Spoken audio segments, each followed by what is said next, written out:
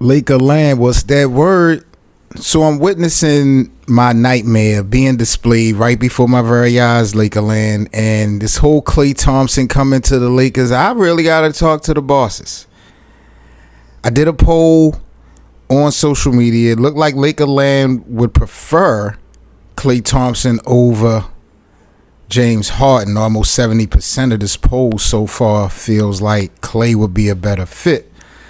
I'm not really mad at that. I do feel like statistically you may get more from James at this point, but also, and for the wrong reason statistically, you could, have a situation with James that might not be beneficial to the Lakers. So Klay over James, according to what Lakerland feel, is fine.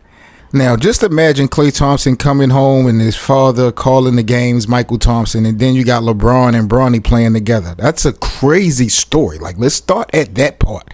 Imagine Klay Thompson and LeBron getting 5 rings on Steph and Draymond.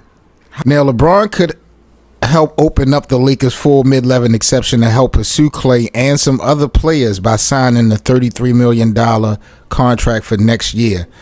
James will be taking about almost a $20 million pay cut, but he could opt the next season to recoup more money.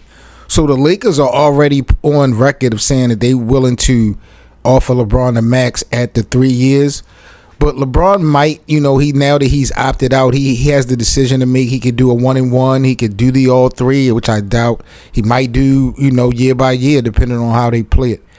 But they would definitely need him to come off the books, maybe $20 million down, $22 million for this to be a reality. LeBron would accept to get $50 million. He would probably have to make, $28 million next season. Will LeBron be willing to cut ties of $22 million, just to bring Klay Thompson over if it was a guarantee? I don't know.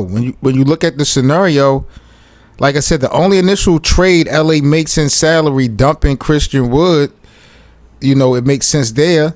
They could re-sign Max Christie to $6 million. Klay could sign for that mid-level exception. That will put the Lakers still in the first apron. So if LeBron was to take at least $19 million, they could still keep Christie. They could get Klay in at that mid-level exception. They probably would have to dump Christian Wood, or if they get rid of D'Lo, because I believe that they are going to trade D'Lo. I know D'Lo is opted in, but he is on the last year of his contract. And D'Lo to me is that dude, but he ain't that guy. You understand what I'm saying? When it comes to the regular season, D'Lo is nice. You better put respect on his name. But in the playoffs, when they count the most, I don't believe in D'Angelo Russell so much. And I think that the Lakers, if they want to win, they have already identified that. So I look to still see D'Angelo Russell's contract be in limbo. When we talk about a trade, he more than likely is going to be out of there. I'm not sold that he is going to be there. He definitely would be good for the start. I think JJ Redick could pull out some greatness in him. But I don't think, what you are is what you are. And what you're not is what you're not. And I don't feel like D'Angelo Russell is a postseason performer. Maybe it's just because it's against the Denver Nuggets. That's been the obstacle that he ran into the last couple years. But if you think that you could get, something more proven out there for LeBron in his last couple years and Anthony Davis his last couple years, I say, you might as well go for it. Possible rotations. Let's talk about the possible rotations for the Lakers if Klay Thompson was to come over. Think about this starting 5 of Austin Reeves. You don't have D'Angelo Russell no more. Let's say we get rid of him to save money. What about Austin Reeves and Klay Thompson at the 2? That's the backcourt. What if we somehow could get Jeremy Grant? Now that we done traded D'Angelo Russell, what do we get Jeremy Grant from the Portland Trailblazers? Get Jeremy at the 3, LeBron at the 4, and AD at the 5. How dope would that be as a starting 5? Then you got, maybe Gabe Vincent, Max Christie, with with Prince, maybe come back, Vando, and Will maybe at the center position, or then at the 3rd you got Bronny, Connect, Reddish, who just opted back in. I don't know about what you're going to do eventually with Christian Woods. I mean, it's a lot to kind of unfold, but I like the idea of Klay coming to this Laker team, despite my personal reasons and dislikes for Klay. It does help the ball club, and that's really what I'm all about. I mean, his father played in this hometown of LA, Michael Thompson. Will be interesting. So here's really the scenario to me also. If Klay Thompson comes to the Lakers, you would probably have Austin Reeves at the point. I would have Klay Thompson at the shooting guard. I would have Jared Vanderbilt at the 3. There's really no point of having Rui there to start, in my opinion, if you're looking for defense. Rui might well come off in the second unit, maybe the 6th man. Then you got, LeBron and then AD. The spacing for the Lakers is crazy. With Reeves and Connect, Klay Thompson, LeBron, and Anthony Davis, the spacing lineup, nobody's stopping that. Imagine the ATOs with JJ Redick. That would be crazy. And then when you think about it, at the end of the day, we could ultimately see Klay Thompson spin the block and return to Golden State. Look what happened to Dwayne Wade in the Miami Heat.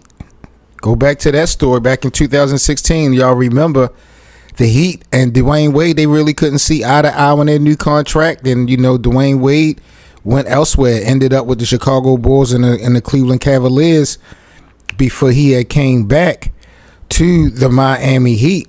We could kind of see the same thing happen eventually with Klay and the Warriors. But I feel like, bro, once he leaves this, it ain't going to be no reunion. Klay is going to be out for blood and to prove a point. And especially being on the Lakers, that's a division rival. You're going to be seeing Golden State with 4 or 5 times a season.